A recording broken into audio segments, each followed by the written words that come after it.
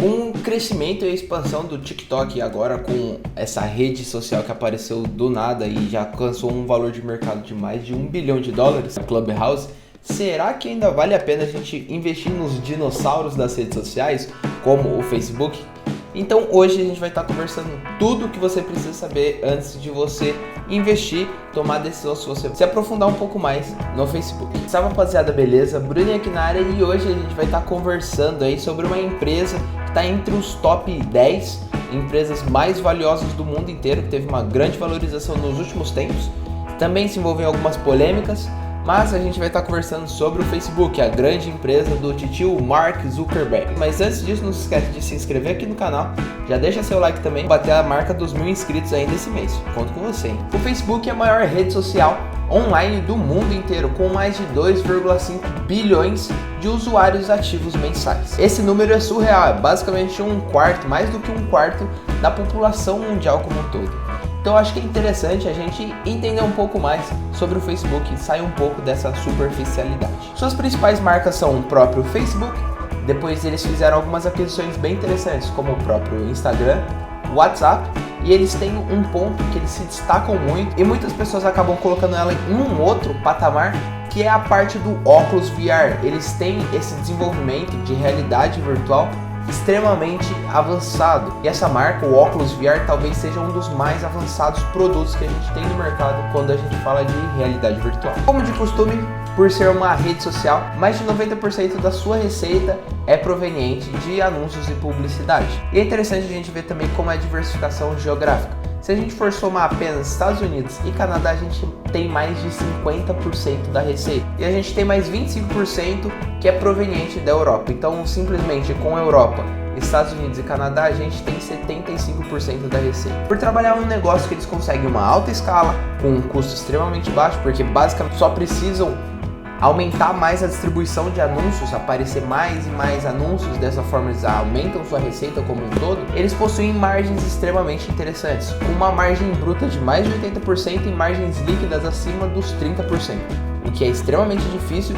E se a gente voltasse lá na década de 90, no comecinho dos anos 2000, isso era praticamente impossível você encontrar empresas que sejam tangíveis. Mas como estamos falando de uma rede social, isso é mais do que plausível. E agora vamos dar uma olhada em alguns múltiplos, alguns números expressivos que a gente tem aqui no relatório que eles distribuíram no último trimestre. Então vamos aqui para a tela do meu computador. Então aqui agora com a tela do meu computador aberta, vamos dar uma olhada aqui em alguns números para a gente entender um pouco mais do desempenho do Facebook, porque isso daqui a gente não consegue ficar analisando com métricas comuns, por ser um negócio mais diversificado e fugir um pouco da análise tradicional que a gente sempre faz. Então aqui a gente tem usuários ativos diariamente. A gente tem um crescimento desde o quarto trimestre do ano de 2018 até o quarto trimestre de 2020. A gente teve um crescimento bem expressivo e a gente vê que o resto do mundo veio ganhando bastante mercado.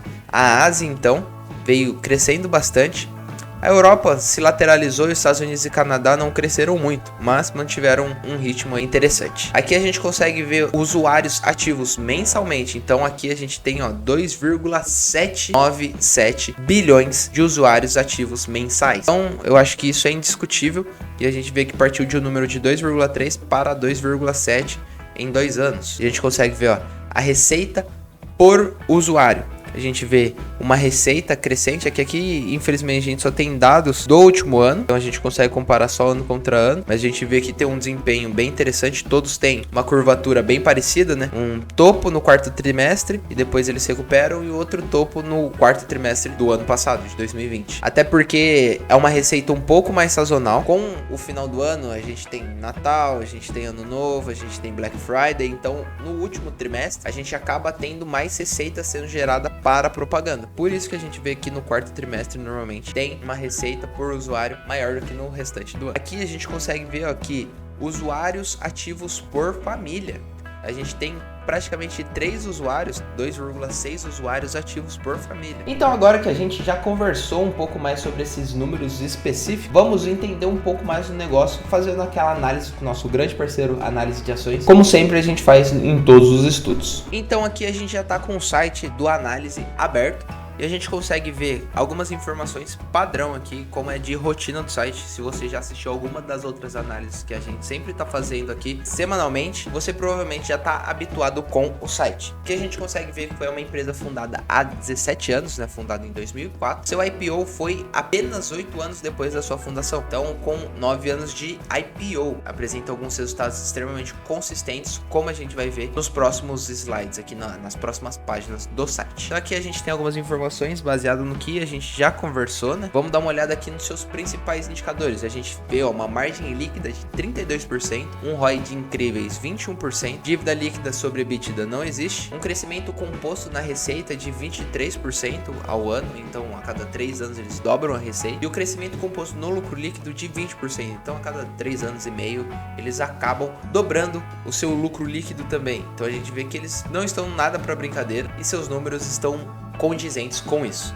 Então aqui a gente consegue ver todo o histórico do patrimônio, da receita, do EBITDA, do lucro, mas vamos dar uma olhada no gráfico como a gente sempre faz. Aqui no gráfico a gente consegue enxergar, ó, partiram de uma receita de 1 bi, 2 bi praticamente em 2010 e 10 anos depois bateram uma receita de apenas 78, praticamente 79 bilhões de dólares. Então multiplicando sua receita por praticamente 40 vezes em 10 anos. Eu acho que isso representa um pouco do foguete que o Facebook foi e que muitas pessoas no mercado acabam desprezando isso. Aqui a gente tem o seu desempenho, né, seu ROI.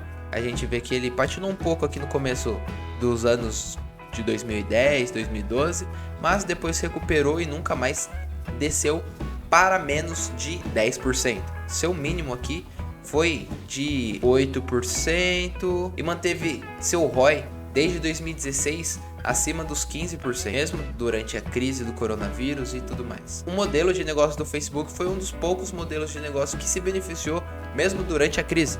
Então a gente vê aqui, ó, que é uma empresa que praticamente não possui dívida bruta, né? Mas o crescimento de caixa é surreal, partindo aqui de 1,8 bilhões em caixa para 55 bilhões em caixa, multiplicando seu caixa aí por umas 30, 40 vezes.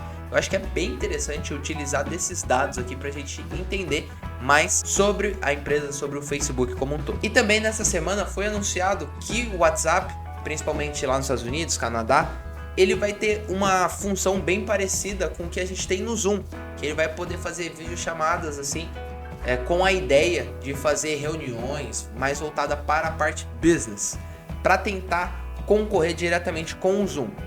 Então a gente vê que é uma empresa que não está parada, que está sempre em movimento, fazendo aquisições extremamente interessantes. Entra TikTok, sai TikTok, entra Clubhouse, sai Clubhouse, enfim. Facebook está aí há mais de 10 anos, presente no mercado, é a maior rede social. Provavelmente vai continuar sendo nos próximos anos, a não ser que surja alguma coisa que faça com que eles percam essa praticamente invencibilidade. E aí, o que você achou dos dados e do estudo que a gente fez sobre o Facebook? Você esperava mais? Esperava menos?